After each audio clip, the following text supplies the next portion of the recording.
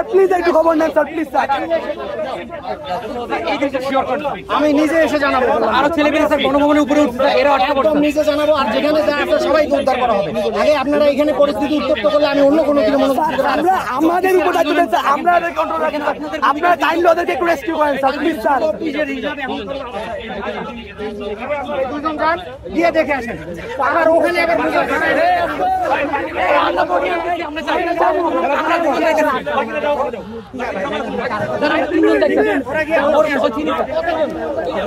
সচিবালয়ের ভেতরে সংঘর্ষের ঘটনায় দুজন শিক্ষার্থী মৃত্যুবরণ করছেন এবং গুজব শিক্ষার্থীদের মধ্যে ছড়িয়ে পড়েছে। এই মুহূর্তে দেখছি যে দুজন শিক্ষার্থীকে নিয়ে সচিবালয়ের ভেতরে প্রবেশ করা হচ্ছে।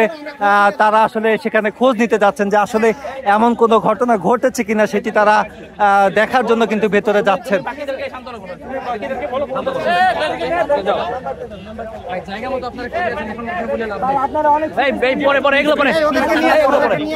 এক্সট্রিম মশার কয়েল প্ল্যান্ট ফাইবার দিয়ে তৈরি, তাই সহজে ভাঙে না, সুগন্ধিযুক্ত ও নিরবিচ্ছিন্নভাবে জ্বলে।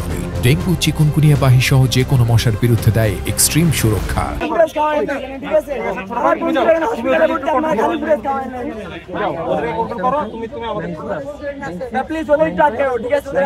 ওদেরকে ভিতরে ঢুকতে দাও না।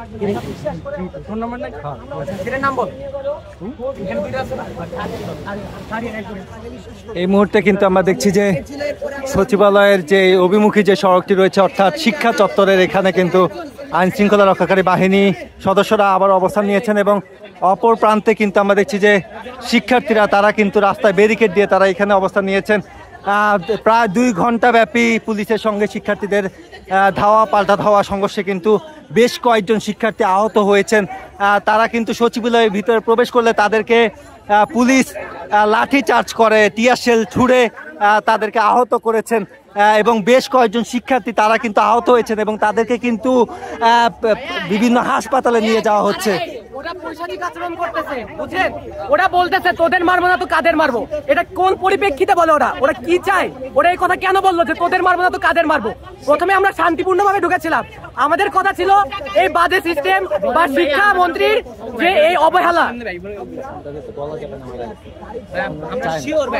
আমরা কিন্তু দেখছি যে শিক্ষার্থীরা কিন্তু এখন আবারও সচিবালয় অভিমুখী যে সড়কটি রয়েছে এখানে কিন্তু তারা অবস্থান নিয়েছেন এবং তারা বলছেন যে সচিবালয়ের ভিতরে তাদের 2 জন সহপাঠী তারা সেখানে আছেন এমনটি তারা ধারণা করছেন এবং এই মুহূর্তে কিন্তু সচিবালয়ের ভিতরে শিক্ষার্থীদের পক্ষ থেকে 2 জন তারা সেখানে যাচ্ছেন এবং আমরা দেখছি যে এই মুহূর্তে শিক্ষার্থীরা কিন্তু এখানে রয়েছেন এবং উত্তপ্ত পরিবেশ আবারও তৈরি হয়েছে।